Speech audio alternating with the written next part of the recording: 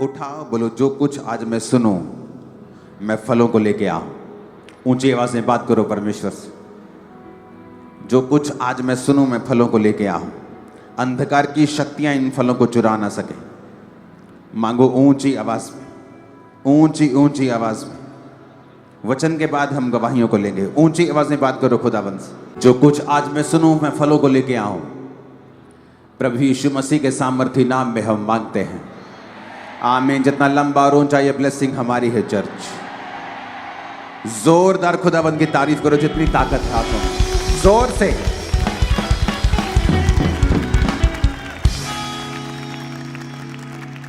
अब थर्सडे भी संडे वाला फील आना शुरू हो चुका है। थर्सडे कोई मिस नहीं होगा, कोई थर्सडे मीटिंग मिस ना करे। जो वर्ड, जो रेवलेशन परमेश्वर आपको दे रहा है, आपकी लाइफ सेम नहीं होगी अगर आप इन वचनों को सुनते रहे तो। आमीन। मैं आपका स्वागत करता हूं खुदावंद की प्रेजेंस में, और मेरी प्रार्थना ये है कि आप परमेश्वर के साथ वफादार रह सकें, और मेरी प्रार्थना ये है कि आप उसके साथ वफादार रह के एक परमेश्वर जिस पे प्राउड करे, एक ऐसा सिपाही बन सके। आप वैसे सिपाही ना हो कि परमेश्वर आपसे शर्म खाए। आप वैसे सिपाही ना हो जो परमेश्वर की मेहनत को व्यर्थ करते हैं। आप एक ऐसे सिपाही और ऐसे बिलीवर हो कि परमेश्वर जिस पे प्राउड करे, और अय्यूब की तरह शैतान के सामने वो कहे कि तुमने ऐसा किया मेरा विश्वासी, मेरा दास, मेरे वचन पे चलने वाली, क्या तूने देखा है? आमीन। आपकी फैमिली पर भी ये ग्रेस हो यीशु मसीह के नाम में। आपकी लाइफ पर भी यही ग्रेस हो यीशु मसीह के नाम में। आप एक ऐसा योद्धा हो शैतान जिससे हमेशा शर्मिंदा रहे, और आप एक ऐसा योद्धा हो शैतान जिस पर कभी फतह प्राप्त ना कर सके। आप एक ऐसा योद्धा हो शैतान आपको देखकर हमेशा शर्मिंदा रहे। आप एक ऐसा योद्धा हो कि परमेश्वर जब आपको देखे वो आपको हर वक्त बढ़ाने के बारे में सोचे, ना कि घटाने के बारे में। आमीन। ऊंचाई आशीष हमारी है चर्च। Hallelujah, hallelujah. आने वाले समयों में हमें प्रार्थना करनी होगी। ये मत सोचो ये चर्च कि आज आप अपने फलाने काम के लिए आए हैं, वो भी सच है। आज मैं ये प्रार्थना अपने लिए करना चाहता हूँ, मैं ये डिलीवरेंस चाहता हूँ, लेकिन आप ये मत भूलिए कि परमेश्वर की कलीसिया इसीलिए पैदा होती है कि वो परमेश्वर के विजन के मुताबिक प्रार्थना कर सके।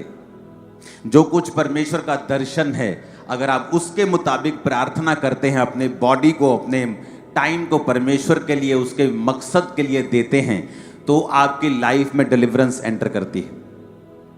बहुत से लोग आप उनको देखें जो क्रिश्चियन घराने के हैं, हर संडे चर्च जाते हैं, लेकिन उनकी लाइफ में आपको 1% भी डिलीवरेंस नजर नहीं आएगी। क्यों? ऐसा क्यों? वो चर्च भी जाते हैं। क्या उनकी जिंदगियां सही नहीं है? बिल्कुल सही है, लेकिन फिर डिलीवरेंस क्यों नहीं है? क्योंकि जिस दर्शन में आप जाते हैं, अगर उस चर्च का दर्शन नहीं है रूहें बचाना, और वो परमेश्वर के प्लान में नहीं है, तो उसके मुताबिक फिर वो आपको होमवर्क भी नहीं देगी। जब आपका होमवर्क परमेश्वर की ओर से नहीं है, तो आपकी ब्लेसिंग, आपकी डिलीवरेंस भी परमेश्वर आपको कभी नहीं देता। जब पौलुस ये वचन लिख रहा था कि अब मेरा परमेश्वर तुम्हारी हर घटी को महिमा सहित मसीह यीशु में पूरा करेगा, यानी तुम्हारी हर घटी को वो इज्जत के साथ कंप्लीट करेगा। तुम्हारी बेइज्जती नहीं होगी जिस तरह तुम्हारे रिश्तेदार तुम्हारी बेइज्जती करते हैं जब तुम उनसे 50,000 मांगने के लिए जाते हो। दे भी देंगे 100 में से 10, लेकिन बेइज्जती भी करेंगे। परमेश्वर ने कहा मैं तुम्हारी जिंदगी की घटी इज्जत के साथ पूरी करूंगा, तुम्हारी घटियां भी पूरी करूंगा, तुम्हारी इज्जत को भी बढ़ाऊंगा। और ये ग्रेस आज आपके परिवार और आपके सिरों के ऊपर आ रही है, और ये ग्रेस आज यीशु के नाम से ठहर रही है आपकी लाइफ के ऊपर। हालेलुया।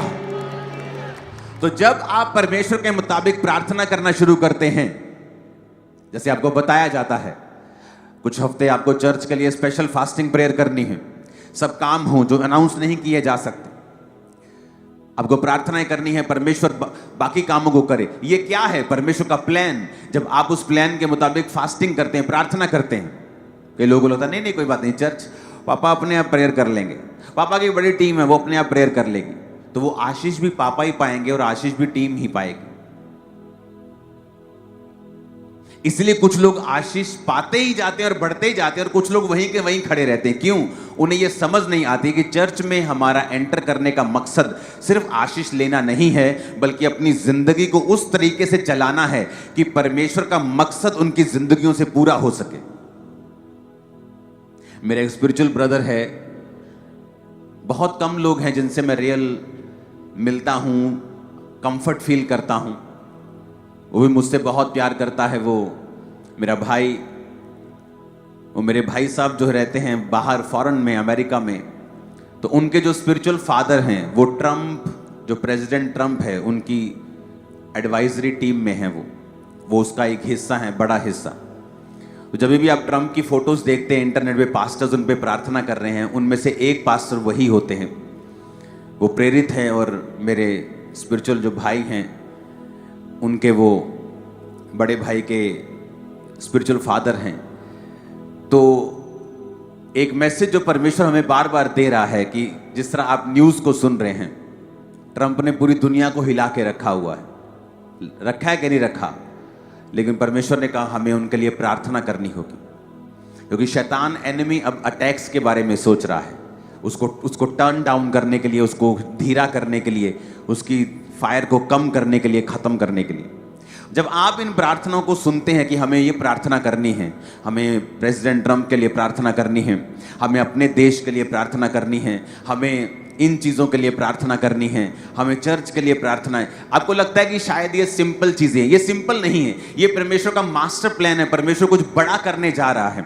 जब आप उस बड़े करने में अपने साझीदार बन जाते हैं और प्रार्थना करने लगते हैं, तो परमेश्वर को ऐसा लगता है कि जो मेरा दुनिया के लिए योजना है, जो मेरी लोगों के लिए प्लानिंग है, ये उस प्लानिंग का हिस्सा है। मेरा मास्टर प्लान है ना, जो ये आदमी, ये औरत, ये भाई उस प्लानिंग का हिस्सा है। ये मेरा एक को वर्कर है, ये मेरा सहकर्मी है, मेरे साथ काम कर रहा है, ये मेरी योजना को पूरा करने की कोशिश कर रहा है। तो परमेश्वर आपका ध्यान रखता है, वो आपको वॉच करता है, आपकी प्रार्थनाओं का उत्तर जल्दी देता है। एनिमी को मौका नहीं देता कि वो आपकी लाइफ के ऊपर कब्जा कर ले, वो शैतान को मौका नहीं देता आपको वो खत्म कर दे, मार दे। कितने मेरी बात को समझ रहे हैं? इंस्ट्रक्शंस को फॉलो करना बड़ा इंपॉर्टेंट है। कुछ साल पहले की बात है, एक लड़का था, मैं आपको स्टोरी बताऊंगा मुहावरे में, समझनी आपको खुद ही है। एक पास्टर के साथ वो काम करता था और उस पास्टर ने उससे कहा कि बेटा तेरे घर में जहां से तू आया है ना, वहां श्राप बहुत हैं, कर्स बहुत हैं, तो तू घर ना जाया कर, अलग रह थोड़ी देर, ताकि तू प्रार्थना में बढ़ सके। एक समय आएगा जब परमेश्वर तेरे को भेजेगा, लेकिन तब तू उनके कर्ज से इफेक्ट नहीं होगा, बल्कि तेरी सामर्थ्य से वो इफेक्ट होंगे। कितने मेरी बात को समझ रहे हैं? एक समय आता है जब परमेश्वर आपको अलग कर देता है। मेरे दोस्तों से परमेश्वर ने मुझको अलग कर दिया, क्योंकि वो समय था अगर मैं उनके इन्फ्लुएंस में होता तो उनका प्रभाव मेरे पे ज्यादा था, मैं ज्यादा उनसे प्रभावित था। तो अगर वो मेरी लाइफ में होते, तो जब मैं मसीह में आया, अगर वो मुझसे कहते कि तुझे नहीं जाना चर्च, तो हो सकता मैं चर्च जाना छोड़ देता। तो परमेश्वर ने पहले वो रिमूव किए, बड़े ही स्ट्रेटेजिकली, बड़े ही अजीब तरीके से, मैं बता नहीं सकता, परमेश्वर ने ऐसे तरीके इस्तेमाल किए और अलग कर दिया।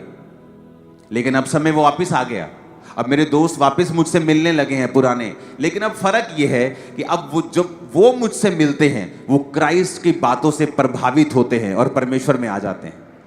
ये फर्क है। तो जब हम ये बात सुनते हैं कि हमें प्रार्थना करनी है चर्च के लिए, फास्टिंग करके, अपने परमेश्वर के दास के लिए, हमें प्रेसिडेंट ट्रंप के लिए, हमें प्राइम मिनिस्टर मोदी जी के लिए, अपने देश के लिए हमें प्रार्थना करनी है, जब आप इस बात को समझते हैं और प्रार्थना करने लगते हैं सीरियसली, तो परमेश्वर आपकी ओर देखता है कि ये वो वेसल है, ये वो बर्तन है, एओ पांडा जड़ा मेरे कम्मा लिए इस्तेमाल हो रहा है। ये वो बर्तन नहीं है, ये वो एसी नहीं है जो खराब है और कबाड़ में पड़ा है। कबाड़ में पड़ी हुई गाड़ियों को साफ कोई नहीं करता, उसकी नई सीटें कोई नहीं चढ़ाता, उसकी केयर कोई नहीं करता। तो मेक श्योर आप चाहे 1 साल के विश्वासी हो, चाहे आपकी लाइफ में प्रॉब्लम हो चाहे ना हो, आपको ये मेक श्योर करना है कि आपकी जो जिंदगी है, आपकी जो लाइफ है, वो प्रार्थना करने में, और जो प्रार्थना के विषय खास तौर पे एक जीवित चर्च आपको दे रही है, आप उन प्रार्थनाओं को अच्छी रीति के साथ कर रहे हैं ताकि परमेश्वर आपको देखे और आपको बरकत दे। हालेलुया, ऊंची आवाज से बोलो हालेलुया। अब पिछले कितने हफ्तों से मैं आपको एक बात बता रहा था कि 2025 में हम ऐसी व्यभिचार की बातें इंटरनेट पे सुनेंगे जो हमने आज तक नहीं सुनी होंगी। आपने देखा इंटरनेट पे क्या हो रहा है? आई थिंक यूथ को ज्यादा मालूम होगा कैसे कैसे शो चल रहे हैं और कैसी कैसी बातें उन पे हो रही हैं। कितने मेरी बात को समझ रहे हैं? हाथ को हिलाना जरा। पूरा इंटरनेट भरा हुआ है आज। उस वीडियो को देखेंगे जब मैंने आई थिंक काफी बार मैंने ये कहा, लेकिन कुछ ही हम पलों को देखेंगे मैं जो कहा था।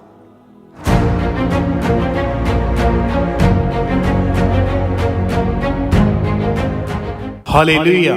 जैसे कि आप जानते हैं कि परमेश्वर अपने दासों के ऊपर आने वाली बातों के बारे में पहले से ही उन भेदों को प्रकट करता है। परमेश्वर के दास प्रेरित अंकुर यूसुफ नरूला जी के ऊपर परमेश्वर ने आने वाली बातों को बताया कि किस तरह से आने वाले समय में धरती के ऊपर पाप बहुत बढ़ जाएगा, गंदगी, अश्लीलता बहुत ज्यादा बढ़ जाएगी। 22 दिसंबर 2024 को परमेश्वर के दास ने जो प्रोफेटिक वर्ड्स दिए, तो आइए पहले हम उनको सुनते हैं। इतनी गंदगी होगी फ्यूचर में, इतना पाप होगा। अगर आज आप देखो इंटरनेट के ऊपर कॉमेडी के नाम के ऊपर कितना व्यभिचार हाई लेवल का हो चुका। पहले था कॉमेडी के नाम पे व्यभिचार शुरू हुआ, वो एक्सेप्ट हुआ। जब वो एक्सेप्ट हुआ फिर शैतान ने अगला वार लॉन्च किया। अब आप देखो इंटरनेट के ऊपर कॉमेडी के नाम के ऊपर एक बहुत ही हैवी लेवल का पाप जो है वो चल पड़ा है, लेकिन उसके बाद फिर एक अलग लेवल आएगा और लेवल आएगा। और फिर इसके बाद 30 जनवरी 2025 को फिर से परमेश्वर ने अपने दास के ऊपर उन बातों को जाहिर किया, और परमेश्वर के दास ने आने वाले समय में फैलने वाली इस गंदगी के बारे में पहले से ही बता दिया था। आप देखेंगे लोग बुरे के बाद बुरे होंगे, व्यभिचार पूरा महिमा मंडित होगा, गंदे लोगों की वाह वाह होगी, बहुत सारी चीजें होंगी जो आप इमेजिन नहीं कर सकते कि ऐसा हो सकता है। क्योंकि जब पाप बढ़ता है तभी नाश होता है। लोग दुखी होंगे बहुत, रोएंगे बहुत, लेकिन आपको प्रार्थना करनी कि प्रभु आपको बचा के रखे, हमारे देश को बचा के रखे। हालेलुया। कॉन्टिन्यूज में आपको बता रहा था कि ऐसा होगा कि अब शोज के ऊपर कैसी बातें चल रही है कि तुम अपने माता पिता को गलत करने देखना चाहते हो या उनके साथ गलत करना चाहते हो। सुनिए कि नहीं आपने? जिन्होंने बातें की हैं, मैं उनके बारे में बात नहीं कर रहा हूं। जो है ही अंधेरे में, जिसको वचन की नॉलेज नहीं है, उसकी मिस्टेक नहीं, लेकिन मैं उसके पीछे आपको कौन दिखा रहा हूं? शैतान, जो व्यभिचार के अटैक्स को बढ़ा रहा है लोगों के ऊपर। क्योंकि ये एक ऐसा पाप है जो आपको सदा के लिए डाउन कर देता है और आपको मालूम नहीं होता आपने स्पिरिचुअली कैसी कुर्सी को छोड़ा है।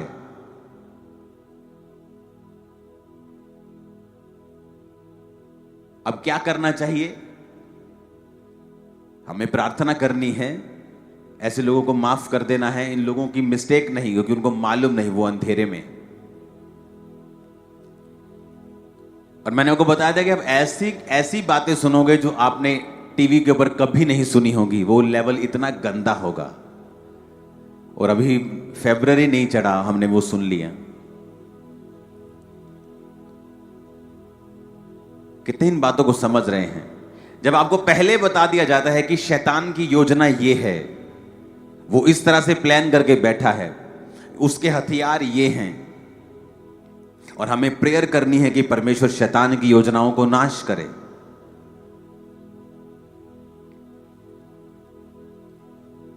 जब आप न्यायों की पुस्तक उसका 13 अध्याय पढ़ते हैं,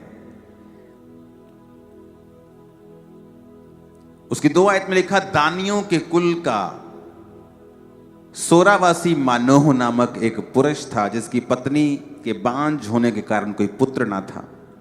इस स्त्री को यहोवा के दूत ने दर्शन देकर कहा, सुन, बांझ होने के कारण तेरे बच्चा नहीं, परंतु अब तू गर्भवती होगी और तेरे बेटा होगा।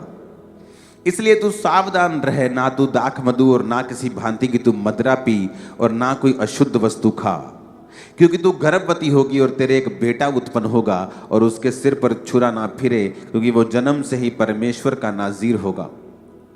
इस्राएलियों को पलिश्तियों के हाथ से वही छुड़ाएगा।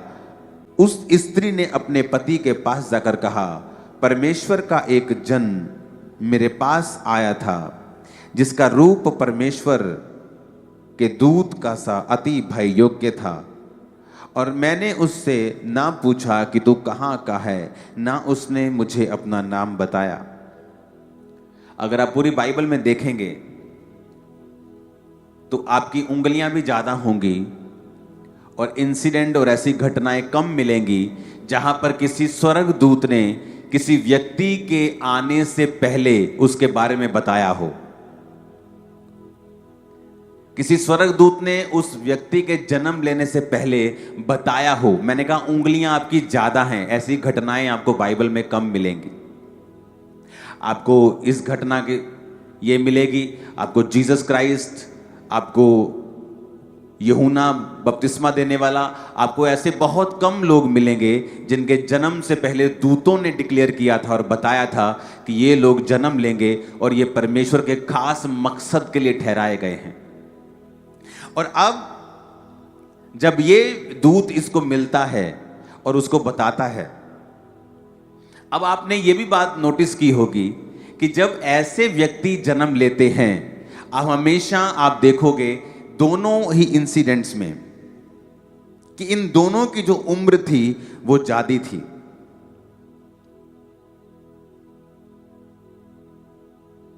कई बार आपकी लाइफ में जब परमेश्वर ने बहुत बड़ा काम करना होता है, वो आपके टाइम टेबल के हिसाब से नहीं चलता। आपको लगता है कि मैं बहुत लेट हो गया हूं, मेरी लाइफ में तो मैं इतने साल का हो गया हूं, और मैं तो इतने साल की होगी, मेरी शादी नहीं हो रही, मैं इतने साल का हो गया, मेरी लाइफ में ये काम नहीं हुआ। कई बार जब परमेश्वर एक खास मकसद के तहत आपको लेके चलता है और अगर आप पाप में ना गिरे और परमेश्वर के मकसद में रहें, तो फिर जो आपकी लाइफ में पैदा होगा वो दूसरों की लाइफ में नहीं होगा। आप नोटिस करेंगे, आपकी लाइफ में जो ग्रेस होगी वो दूसरों की लाइफ में नहीं होगी। आप एक अलग यूनिक ग्रेस के मालिक होंगे। क्यों? क्योंकि परमेश्वर ने आपको तैयार भी अलग और यूनिक तरीके के साथ किया है। इसलिए जब परमेश्वर कई बार आपकी लाइफ में देरी करे तो कभी भी नाराज ना हो, क्योंकि परमेश्वर का आपको मालूम है कि यूहन्ना बपतिस्मा दाता जब पैदा होने वाला था तो परमेश्वर ने कहा तू इसीलिए बांझ रही और इसीलिए तू बुढ़ापे तक गर्भवती नहीं हो पाई कि मैं तेरे को एक स्पेशल गिफ्ट देना चाहता था, एक ऐसा बेटा देना चाहता था जो जीसस क्राइस्ट का भी गुरु होगा। आप जानते हैं वो उसका गुरु बना। वो यीशु मसीह ने कहा मुझे बपतिस्मा दे, यूहन्ना कहता नहीं तू मुझे बपतिस्मा दे। जीसस ने कहा धार्मिकता का पूरा होना उचित है, तू मुझे बपतिस्मा दे, मैं भी किसी के अधीन रहूंगा इस पृथ्वी के ऊपर और बपतिस्मा लूंगा। तो एज ए मेंटर बपतिस्मा लिया और दिखाया परमेश्वर ने धरती के ऊपर कि सब कुछ मैंने इंसान की तरह किया है। इसलिए जीसस ने कहा था यूहन्ना बपतिस्मा देने वाले से बड़ा इस पृथ्वी पर और कोई नहीं है। एक गुरु की भूमिका उसने कुछ देर के लिए निभाई। माता पिता थे परमेश्वर के, वो आम घर में जन्मा, अमीर नहीं थे उसके माता पिता। अमीर घर में वो जन्म सकता था, फिर लोग बोलते इसको गरीबी का क्या मालूम, ये तो चांदी का चम्मच लेके पैदा हुआ है। कैसे लोग कई बोलते नहीं यीशु के माता पिता गरीब नहीं थे, सराय में जगह नहीं थी, नहीं। लेकिन जब मैंने स्टडी की तो मुझे मालूम हुआ कि वो अमीर नहीं थे, क्योंकि जब यीशु मसीह पैदा हो गए और जब सब कुछ हो गया और वो परमेश्वर के भवन में जब बलिदान चढ़ाने के लिए गए तो उन्होंने कबूतरों का जोड़ा बलिदान किया था। कबूतरों का जोड़ा वही बलिदान करता था जो फाइनेंशियली मजबूत नहीं होता था। जो फाइनेंशियली मजबूत होता था वो बैल बकरे भेड़ें बलिदान करता था। जो फाइनेंशियली थोड़ा कमजोर होता था वो कबूतर बलिदान करता था, क्योंकि वो सस्ते होते थे। तो जीसस क्राइस्ट के माता पिता ने कबूतरों का बलिदान किया था परमेश्वर, जैसा व्यवस्था में लिखा था, जैसा पुराने नियम में लिखा था। तो यीशु मसीह ने वो सब कुछ किया एक इंसान होने के नाते कि आज जितने भी जन परीक्षाओं में हैं, दुखों में हैं, वो उनकी हेल्प कर सके। अब यहां पर हमें यह मालूम होता है कि परमेश्वर के दूतों ने एक बर्थ अनाउंसमेंट की कि एक परमेश्वर का जन आने वाला है। तू अंगूर भी मत खाना। जो लोग बोलते हैं बाइबल में शराब पी सकते हैं जी, ये तो अंगूर खाने के लिए भी मना कर रहा है। बाइबल तो इतनी सख्त है। वो तो लोग ढीठ हैं, लोग पाप करना चाहते हैं, बहाना बना लिया। बाइबल में कहां लिखा है सिगरेट ना पियो? कहीं लिखा है स्मैक ना पियो? लिखा है कहीं बाइबल में? कहीं नहीं लिखा। तो इसका मतलब क्या, सिगरेट पीनी चाहिए? तो परमेश्वर ने सेंस भी दी है, बुद्धि भी दी है, विवेक भी दिया है। इसलिए बाइबल कहती है मैं अपनी व्यवस्था को तेरे विवेक के ऊपर लिखूंगा। क्यों? आपका विवेक अंदर से मालूम होगा कि यार ये गलत है, लिखा चाहे नहीं लिखा कहीं पे, लेकिन है ये गलत। आपका विवेक आपको बताता है, क्योंकि परमेश्वर ने आपको आपका विवेक भी दिया है। कितने मेरी बात को समझ रहे हैं? आपके अंदर से मालूम होता है जो मैं कर रहा हूं ना, ये कमीशन के नाम पे किसी ये गलत है। अंदर से मालूम होता है ये चोरी है, अंदर से मालूम होता है नहीं ये व्यभिचार है, अंदर से पता होता है। लेकिन आदमी जब विवेक को निर्बल कर लेता है और अपने दिल को फॉलो करता है, तो उसका मरना और बेइज्जत होना फिर तय होता है। कितने मेरी बातों को समझ रहे हैं? अब यहां पर अनाउंसमेंट होती है कि एक बेटा पैदा होगा। बेटा तूने अंगूर नहीं खाना, अंगूर से बनी हुई वस्तु नहीं खानी, अंगूरों का जूस भी नहीं पीना, शराब भी नहीं पीनी, क्योंकि ये बेटा जो पैदा होगा ये परमेश्वर का नाज़ीर कहलाएगा। ये पवित्र होगा और इस्राएलियों को पलिश्तियों के हाथ से छुड़ाएगा। और वचन क्या कहता है कि वो पैदा हुआ। जब पैदा हुआ तो परमेश्वर ने उसको सामर्थ्य दी, उसको शारीरिक ताकत दी, उसके बालों में उसकी ताकत थी। वचन कहता है कि जब उसको लोग पकड़ने के लिए पलिश्ती आते थे तो गधे के जबड़े की हड्डी से उसने 1000 लोगों को मार दिया था। और वो इस्राएलियों का न्याय करने लगा और दुश्मनों के हाथों से इस्राएलियों को छुड़ाने लगा। इस्राएल जब परमेश्वर की दुहाई देता था तो परमेश्वर अपने लोगों को खड़ा करता था, और वही परमेश्वर ने खड़ा किया और परमेश्वर ने छुड़ाया। पर सैमसन की लाइफ में एक कमी थी, वो कमी थी व्यभिचार की। औरत उसका क्या बोलते हैं, कमी थी उसकी, कमजोरी। औरत उसकी कमजोरी थी। अगर आप सैमसन की लाइफ देखें तो वो बार बार औरतों के साथ ही पाप में गिरता था। ये उसकी लाइफ की कमी थी। औरत भी उसने कैसी पसंद की? दूसरी जाति की, क्योंकि वो सुंदर थी। उसके बाद बाइबल कहती वो वेश्याओं के पास गया और उस वेश्या ने प्यार से पूछा तेरी ताकत का राज क्या है? कभी वो बोलता कि मेरे को अगर तुम सूती के साथ बांध दोगे, झूठ बोलता रहा। एंड में जब उसने बहुत दबाया और उसने कहा कि मेरी ताकत का राज मेरे बालों में है, अगर कोई मेरे बाल काट दे तो यहोवा का आत्मा मुझसे चला जाएगा और मेरी ताकत भी चली जाएगी, क्योंकि मैं यहोवा का नाज़ीर हूं। और जब वो सोया उसके घुटनों के ऊपर उसने बाल काट दिए और तब उसने पलिश्तियों से कहा आओ अब की बार पकड़ लो, क्योंकि अब ये मेरे को मालूम हो गया, सच बोला है, अब इसकी ताकत जा चुकी है।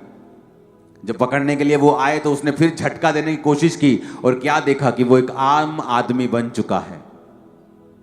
कुछ लोगों को लगता है कि सैमसन बड़ा मजबूत था, 8 फुट का होगा, बड़ा ताकतवर होगा, लेकिन सैमसन एक आम आदमी और आम स्ट्रक्चर वाला आदमी था। उसका बॉडी स्ट्रक्चर आम आदमी की तरह था। इसलिए तो लोग कि सैमसन बड़ा मजबूत था, 8 फुट का होगा, बड़ा ताकतवर होगा, लेकिन सैमसन एक आम आदमी और आम स्ट्रक्चर वाला आदमी था। उसका बॉडी स्ट्रक्चर आम आदमी की तरह था। इसलिए तो लोग हैरान होते थे कि ये हमारे जैसा आम आदमी है, लेकिन जब यहोवा का आत्मा इस पे उतरता है तभी ये 1000 बंदे को उसने मार दिया, तभी उसने बड़े बड़े काम किए, पूरी पूरी आर्मी को हरा देता था। इसलिए तो लोग हैरान होते थे कि परमेश्वर का आत्मा जब इस पे उतरता तो ये आम बंदा इतने बड़े बड़े काम कैसे कर सकता है। इसलिए बाइबल में लिखा है ना बल से ना शक्ति से बल्कि तेरी आत्मा के द्वारा। हालेलुया, जोर से हालेलुया बोलो जरा। तो जब उसने जब सबको मारता था, लेकिन जब पावर चली गई, बाइबल कहती उसको पकड़ लिया गया। जब उसको पकड़ा तो वचन कहता है न्यायियों 16 उसकी 21 में, तब पलिश्तियों ने सैमसन को पकड़कर उसकी आंखें फोड़ दी, उसे गाजा को ले जाकर पीतल की बेड़ियों से जकड़ लिया और वह बंदी गृह में चक्की पीसने लगा। इमेजिन करो, जिस व्यक्ति को पलिश्तियों को मारने के लिए चुना है, वही पलिश्तियों ने उसकी आंखें फोड़ दी। 23 आयत में लिखा है, पलिश्तियों के सरदार अपने दागोन नामक देवता के लिए बड़ा बलिदान चढ़ाने और आनंद करने को यह कहकर इकट्ठे हुए कि हमारे देवता ने हमारे शत्रु शिमशोन को हमारे हाथ में कर दिया है। जब लोगों ने उसे देखा और यह कहकर अपने देवता की बढ़ाई की, हमारे देवता ने हमारे शत्रु, हमारे देश का नाश करने वाले को, जिसको हमने जिसने हम में से बहुतों को मार डाला, हमारे हाथ में कर दिया है। जब उनका मन मगन हो गया, तब उन्होंने कहा, शिमशोन को बुला लो कि वह हमारे लिए तमाशा करे। इसलिए शिमशोन बंदी गृह से बुलवाया गया और कि वह उनके लिए तमाशा करने लगा और खंभों के बीच में खड़ा कर दिया गया। अब एक व्यक्ति को वो कितना इंपॉर्टेंट होगा, हम इस बात से समझ सकते हैं कि दूत आके उसकी अनाउंसमेंट कर रहे हैं, उसकी माँ को स्पेशल इंस्ट्रक्शन दे रहे हैं कि कोई तूने अंगूर नहीं खाना, किशमिश नहीं खानी, मुनक्का सौगी नहीं खानी, है ना। देखो कितनी कठिन उसको बातें बोली, क्योंकि परमेश्वर का नाज़ीर होगा, इसके सिर पर छुरा नहीं फिराएगी तू, ये परमेश्वर का नाज़ीर होगा और ऐसे ही चलेगा। अब जिस दुश्मन को मारने के लिए सैमसन का जन्म हुआ था, उसी दुश्मन ने सैमसन को पकड़ा और उसकी आंखें फोड़ी, विजनलेस कर दिया उसको। अब परमेश्वर ने आपको चुना है। पुराने नियम में कोई कोई सैमसन होता था, कोई कोई दाऊद और कोई कोई सुलेमान होता था। नए नियम में सिस्टम बदल गया। नए नियम में जो एक के पास होता था पुराने नियम में, अब वो आप सबके पास है। आप सब बड़े काम करने के लिए बुलाए गए हैं, मेरे को पता है, आज नहीं तो कल ये पूरा होगा। लेकिन अगर आपने भी वही किया जो सैमसन ने किया, जिस दुश्मन पर सैमसन को कब्जा करने के लिए बुलाया गया था और उस पर कब्जा किया, बहुतों बार उनके हजारों को गधे की जबड़ी की हड्डी के साथ उसने मारा, बहुतों बार उनको शर्मिंदा किया, कभी पकड़ नहीं पाए। परमेश्वर की ताकत उसके साथ थी। लेकिन जब उसने पाप किया, अपना भेद एक औरत को दिया, व्यभिचार में गया, वही दुश्मन जिस पर कब्जा सैमसन का होना चाहिए था, उसने सैमसन के ऊपर कब्जा किया और आंखें फोड़ दी। आज कितने क्रिश्चियन है विजनलेस हो चुके हैं, उन्हें दिखाई नहीं देता आगे क्या करेंगे। क्यों? क्योंकि व्यभिचार के कारण पर शैतान ने उनकी आंखों को अंधा कर दिया। नहीं जानते सेवकाई में क्या करना है। पास्टर्स व्यभिचार में फंसे हुए हैं। पास्टर्स की बात कर रहा हूं, चर्चेस चलाते हैं, बड़े ओहदे भी हैं कईयों के पास, लेकिन व्यभिचार में है। पर्सनली मैं जानता हूं, लेकिन मैं कभी भी किसी को पर्सनली अटैक नहीं करता हूं, क्योंकि ये उसका और परमेश्वर का मामला होता है। मैं केवल उन्हीं विषयों पर बोलता हूं जो विषय चर्च के साथ संबंधित है, जिससे चर्च की लाइफ में कोई अपवित्रताई ना आए। लेकिन पास्टर्स की पर्सनल लाइफ में क्या चल रहा है, ये उनका और परमेश्वर का मामला है और प्रभु उनका न्याय करेगा। तो जिस दुश्मन को सैमसन को कब्जा करने के लिए पैदा किया था, वही दुश्मन अब सैमसन के ऊपर कब्जा करके उसका तमाशा कर रहा है और क्या कह रहा है कि हमारे देवता ने इसको हमारे हाथ में कर दिया है। ये वही है जिसने हमारे देश में से बहुतों को मार दिया था, लेकिन अब हमारे देवता ने, वो अपने देवता की उपासना कर रहे हैं। शैतान का किंगडम हमेशा ग्लोरीफाई होगा जब आप परमेश्वर के नाम को महिमा देने में फेल हो जाएंगे। परमेश्वर ने बड़े बड़े मिरेकल करके इजराइलियों को बुला लिया, छुड़ा लिया, राजे को शर्मिंदा किया, बड़े बड़े मिरेकल किए, उसको बार बार शर्मिंदा करके उसके पहलोठे को मार के वहां से ले गया। लेकिन परमेश्वर कहता, मैं इजराइलियों को कनान देश में नहीं लेके जाऊंगा। सिर्फ 2 जन थे जो वहां कनान देश में पहुंचे, 20 लाख में से 2 लोग, उनकी जनरेशन गई वहां पे, जो लोग एक्चुअल में निकले थे वो नहीं गए। और आप जानते हैं उन लोगों ने, मिस्रियों ने क्या उपहास किया। कहता परमेश्वर जो उनको ले गया था वहां से, कहां पहुंचाया उनको। लेकिन वो ये नहीं देख रहे थे कि इजरायली अपनी कमियों और अपनी गलतियों की वजह से शर्मिंदगी और बेइज्जती दूसरे लोगों की सह रहे हैं, जबकि उनको वो सहनी नहीं थी, क्योंकि परमेश्वर ने उनको इज्जत देने के लिए खड़ा किया था। एक व्यभिचार, एक पाप, परमेश्वर से दूरी आपकी लाइफ में क्या कर सकती है, तो आप सैमसन को देखें वो क्या कर सकती है, इजराइलियों को देखें वो आपकी लाइफ में क्या कर सकती है। हालेलुया। कितने साल तक दाऊद एक आम जिंदगी जीता रहा, बहुत साल तक। कितने साल तक, बहुत साल जीता रहा, भेड़े पालता रहा, बकरियां पालता रहा, पाले में रहा, धूप में रहा, लेकिन उसने व्यभिचार नहीं किया।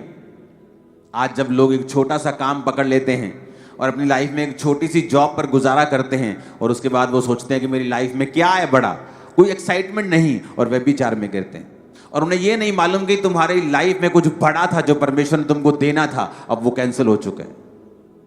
और मैं सच कह रहा हूं, वचन कहता है शरीर के अनुसार चलने वाला एसाव जब उसने रो रो कर परमेश्वर से माफी मांगने चाहिए, तब भी वो आशीष के काबिल नहीं गिना, जिसने एक बार की रोटी के बदले में अपने पहलौठे होने का पद अपने भाई याकूब को बेच दिया था।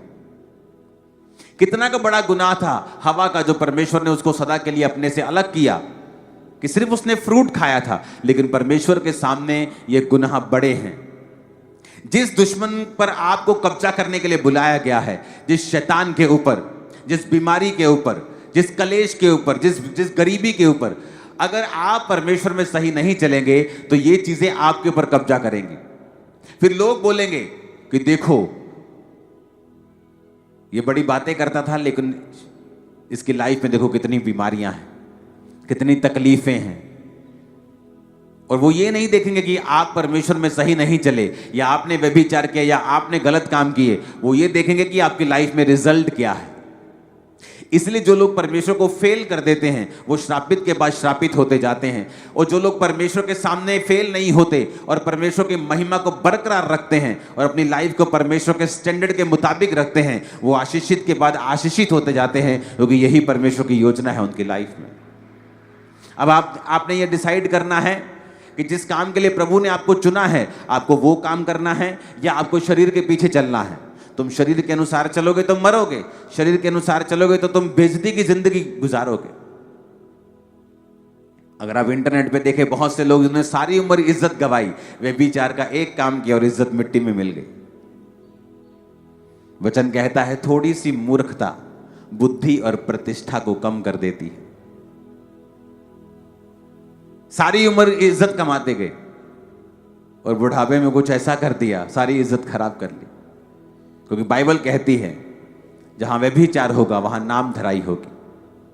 उसकी नाम धराई कभी नहीं मिटेगी। जो व्यभिचार का पाप करता है उसकी बेइज्जती लाइफ टाइम परमेश्वर का कभी खत्म नहीं होगी। लाइफ टाइम की बात कर रहा है वो। दाऊद ने पाप किया, उसका असर माफी के बाद भी उसके मरते दम तक रहा। मरते दम तक उसके बच्चे आपस में लड़ते रहे, क्योंकि यह उस तलवार का नतीजा था जो उसने हित्ती उरिया के ऊपर चलवाई थी। पाप माफी मिल जाती है लेकिन उसका असर खत्म नहीं होता कभी भी। जिस व्यक्ति के साथ आप व्यभिचार करते हैं, आपके मरने तक आपको माफी मिल भी जाए, लेकिन मरने तक जो स्पिरिट उस व्यक्ति, उस औरत या उस भाई में थी, वो आपके अंदर रहती है और आपके मरते दम तक रहती है। याद रखना, चाहे आप 40 रोजे 40 बार भी रख लें, वो खत्म नहीं होगी। माफी मिल जाएगी, प्रभु आपको ब्लेस कर देगा, लेकिन उसका असर कभी खत्म नहीं होगा। इसलिए परमेश्वर ने कहा तुम बाकी जितने व्यभिचार करते हो शरीर से बाहर है, लेकिन व्यभिचार जो करते हो वो शरीर के अंदर है, बाकी पाप शरीर से बाहर है। व्यभिचार करने वाला अपने ही शरीर के विरुद्ध पाप करता है। और सोचो आप किस काम के लिए बुलाए गए हो, वो काम कभी पूरा नहीं होगा। इमेजिन करो जो शर्मिंदगी फलिश्तियों को मिलती थी सैमसन की लाइफ से, पकड़ने के लिए आते थे, मार खा के जाते थे, हजार हजार आते थे, गधे की जबड़ी की हड्डी से वो बड़ी बड़ी तोपें फेल कर देता था, शर्मिंदे होते थे। लेकिन जैसे ही उसने खुद गलती की और व्यभिचार में गया और परमेश्वर का आत्मा चला गया, अब वही दुश्मन उसको शर्मिंदा करने लगे। आपने ये फैसला करना है कि आपको कैसी लाइफ जीनी है, क्योंकि शर्मिंदगी और डाउनफॉल 100% है व्यभिचार के बाद और पाप के बाद, और ऊंचाई और छुटकारा 100% है पवित्रताई का जीवन जीने के बाद। क्योंकि ये पिछले थर्सडे का वचन मैं कंटिन्यू कर रहा हूं ताकि आपको पूरी तरह से समझ आ जाए कि परमेश्वर कैसे आपकी लाइफ में काम करता है। ऊंची आवाज में हालेलुया बोलो जरा। आप मेरी बात समझ रहे कि नहीं? अब जो काम करने के लिए आपको बुलाया है, आप उसका उलट भी कर सकते हैं। आपको बुलाया तो परमेश्वर ने शैतान पर कब्जा करने के लिए है, बीमारी पर, गरीबी पर, शराबों पर कब्जा करने के लिए, लेकिन वो आप पर कब्जा करके बैठते हैं जब आप परमेश्वर की बात को नहीं सुनते हैं और आप दुश्मन को मौका देते हैं, अन्य जातियों को मौका देते हैं कि वो आपके खिलाफ, आपके परमेश्वर के खिलाफ बातें करें। आप अपने अन्य जाति फैमिली मेंबर्स को मौका देते हैं कि वो आपके खिलाफ बात करें, क्योंकि आपका डाउनफॉल वो देखना चाहते हैं। शैतान आपको डाउन कर नहीं सकता जब तक वो परमेश्वर के वचन से आपको बाहर ना करे, क्योंकि उसके पास अधिकार नहीं है आपको छूने का। आपकी जिंदगी में परीक्षाएं आ सकती हैं, लेकिन वो आपको ऊंचा करने के लिए होगी। इसी साल, इस मार्च से पहले आप ऊंचे होने जा रहे हैं और ब्लेस होने जा रहे हैं, और कोई दुनिया की ताकत और शैतान इसे रोक ना पाएगा, यीशु मसीह के नाम। आमीन। ऊंचाई आशीष आपकी है चर्च। Hallelujah, hallelujah. ये परमेश्वर का प्रतिफल होगा आप लोगों के लिए। वो हेल्पर्स देगा, डिवाइन हेल्पर्स देगा, डिवाइन इन्फ्लुएंस देगा, वो ताकत देगा, बरकत देगा, सामर्थ देगा, रास्ते ओपन करेगा, फाइनेंशियली ब्लेस करेगा, सब तरफ से फेवर आपको देगा, शैतान की योजनाओं से आपको बचा कर रखेगा, आपकी आंखें वो खोल के रखेगा, शैतान को आपकी लाइफ में वो शर्मिंदा करके रखेगा। एक्सीडेंट सामने से आएगा तो आप पहले ही हट चुके होंगे वहां से। आमीन। मेरे को खड़कने वाला चाहिए। हालेलुया। कितना बेनिफिट है उसके वचन के अनुसार चलने से, और कितना नुकसान है उसके वचन से हटने से। जिस दिन आपकी पूरी आंखें खुल जाएंगी, उस दिन आप समझ जाएंगे क्या स्ट्रगल नहीं होता। होगा, आपका शरीर स्ट्रगल करेगा, आपका शरीर, आप स्ट्रगल करेंगे शरीर में। ज्यादा स्ट्रगल, ज्यादा प्रार्थना करो, ज्यादा फास्टिंग करो, जब तक तुम उस पाप के ऊपर फतह प्राप्त नहीं कर लेते। और फास्टिंग करो, और प्रेयर करो, और फास्टिंग करो, और प्रेयर करो, जब तक तुम उस शरीर को जीत नहीं जाते। तुम शरीर जीत जाओगे, दुनिया जीत जाओगे, जग जीत जाओगे। मैं बता रहा हूं, आप ऐसे काम करोगे, पॉसिबल नहीं होगा एक ह्यूमन के लिए। आपको कॉपी करना लोगों के लिए मुश्किल होता जाएगा, क्योंकि वो काम इतने बड़े होंगे आपकी लाइफ में। हालेलुया। तैयार हैं वचन के अनुसार चलने के लिए? और ये आप समझ गए हैं कि आपको परमेश्वर ने सैमसंग की तरफ बुलाया बड़ा काम करने के लिए, डिवाइन पावर आपको दी है। लेकिन शैतान को भी पता है, और वो स्ट्रेटेजिकली आपको ऐसी घटनाओं में शामिल करेगा, ऐसे लोग लेके आएगा कि आप, डिवाइन पावर आपको दी है, लेकिन शैतान को भी पता है, और वो स्ट्रेटेजिकली आपको ऐसी घटनाओं में शामिल करेगा, ऐसे लोग लेके आएगा कि आप उन चीजों में गिरें, और उसके बाद आप बिल्कुल व्यर्थ होंगे। आप चाहे बड़े से बड़े सैमसंग क्यों ना हो, लेकिन प्रभु की निगाह में आपकी वैल्यू जीरो होगी, और शैतान आप पर कब्जा करेगा, और आपकी लाइफ में पहली वाली बात कभी वापस नहीं आएगी। ये डेंजरस है। कलीसिया का पाप में चलना एक डेंजरस चीज है, जो उनको अब समझ ना आए, लेकिन फ्यूचर में आएगा। क्योंकि परमेश्वर ने बाइबल में लिखा, वो सब चीजों को साफ साफ दिखाएगा, सब न्याय को करेगा, ताकि लोग ये ना कहें मैंने ये किया लेकिन मेरी लाइफ पे कोई असर नहीं हुआ। क्योंकि सब तराजू, उसके हाथ में जो लिखा तराजू है, वो पूरा तौलते हैं, वो पूरा न्याय करते हैं। वो बड़े और छोटे को बख्शता नहीं, वो उसके वचन के अनुसार ही रहता है। हालेलुया। आप ब्लेस होंगे और आप आगे बढ़ेंगे। आप तौबा करेंगे यार, आज आगे बढ़ेंगे बहुत बड़ी विधि के साथ। Hallelujah, hallelujah. तैयार है वचन के अनुसार चलने के लिए? उसके वचन के ऊपर आपको भरोसा रखना होगा। साइलेंट टाइम पर भी, जब लाइफ छोटी हो, आशीषें कम हो, तब भी, क्योंकि वो बिना परखे किसी को ऊंची पदवियां नहीं देता, किसी को नहीं देता। बिना परखे वो किसी को नहीं देता। एक लाडले बच्चे को वो देश का प्रधानमंत्री नहीं बना सकता, इसलिए उसने यूसुफ को गड्ढे में डाला। जब उस गड्ढे में डाला, बिक गया, पोछा झाड़ू करने लगा, उस घर का बड़ा नौकर बन गया, अधिकारी बन गया। कुछ रिलीफ मिला ही था, फिर जेल में चला गया। और जेल में बाइबल कहती परमेश्वर का वचन उसे कसौटी के ऊपर कसता रहा। सांकलों में बंधे होने के बावजूद भी उसने परमेश्वर के वचन को छोड़ा नहीं, फिर जेल में भी फेवर हुआ। अगर आप प्रभु के वचन के अंदर हैं, मैं आपकी लाइफ पर भविष्यवाणी करता हूं, आप और आपके बच्चे एक ऐसा फेवर हासिल करेंगे इस साल। आप और आपके बच्चे एक ऐसा फेवर हासिल करेंगे इस साल जो आपके पूरे खानदान ने कभी नहीं देखा होगा। आप और आपके बच्चे एक ऐसा फेवर देखेंगे इस साल जो आपने कभी ना देखा होगा ना सुना होगा। आपका परिवार एक ऐसा फेवर पाएगा खुदा से आपने कभी ना देखा होगा ना सुना होगा। आमीन। ऊंचे वाला चाहिए, बरकत ऊंची होगी चर्च।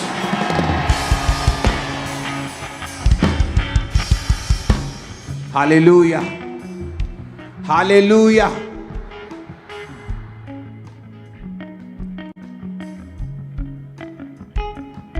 तैयार है खुदावंद के नाम को महिमा देने के लिए, एक अच्छा जीवन जीने के लिए? अपने हाथों को उठाओ, सब जन खड़े हो जाओ।